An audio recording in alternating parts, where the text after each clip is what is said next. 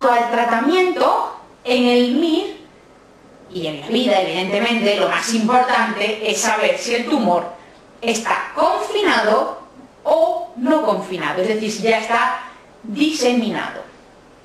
En caso de que esté confinado, en el MIR la respuesta de decisión está muy clara y depende estrictamente de la edad del paciente. Por encima de los 75 años, lo vamos a tratar exactamente igual que si estuviera diseminado, con un tratamiento paliativo. Luego hablaremos de él.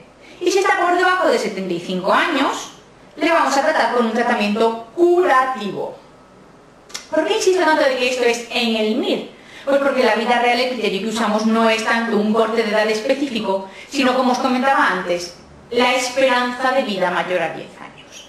Aunque un paciente tenga 63 años, como comprenderéis, si tiene un aneurisma de aorta descendente, un triple bypass coronario, una insuficiencia cardíaca congestiva, EPO como oxigenoterapia crónica domiciliaria y una revascularización de 3 vasos en el corazón, su esperanza de vida es menor a 10 años, aunque tenga 63.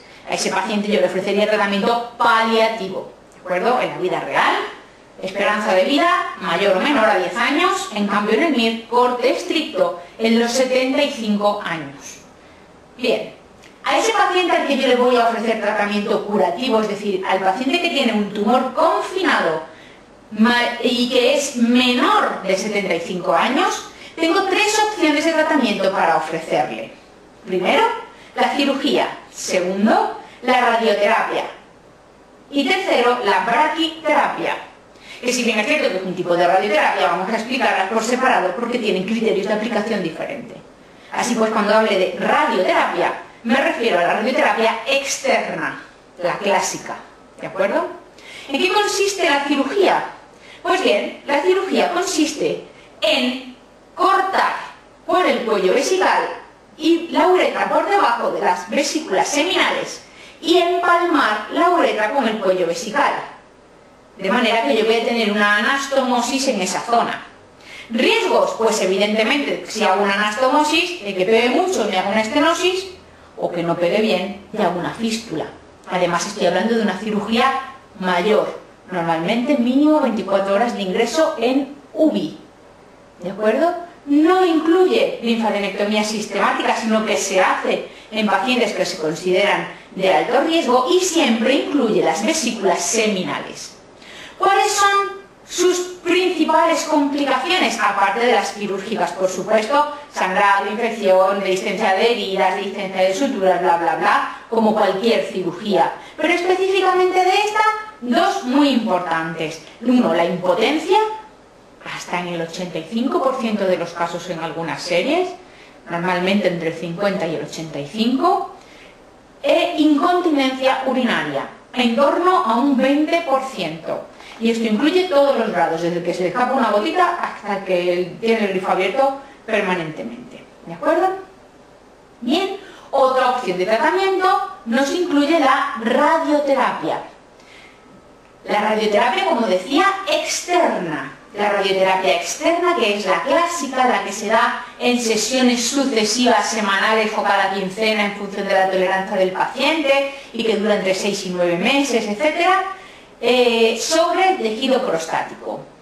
La radioterapia evidentemente no es inocua y de hecho tiene consecuencias sobre los tejidos circundantes, a veces muy importantes, en forma de proctitis rádica o cistitis rádica, que en muchos casos son muy difíciles de controlar. Además, existe el concepto de tumores radioinducidos, es decir, que en aquellos tejidos circundantes que han recibido radiación se pueden desarrollar tumores que suelen ser indiferenciados y de mal pronóstico. Y tened en cuenta que estamos hablando de pacientes jóvenes, por lo tanto hay todavía una esperanza de vida larga por delante para poder desarrollar este tipo de tumores.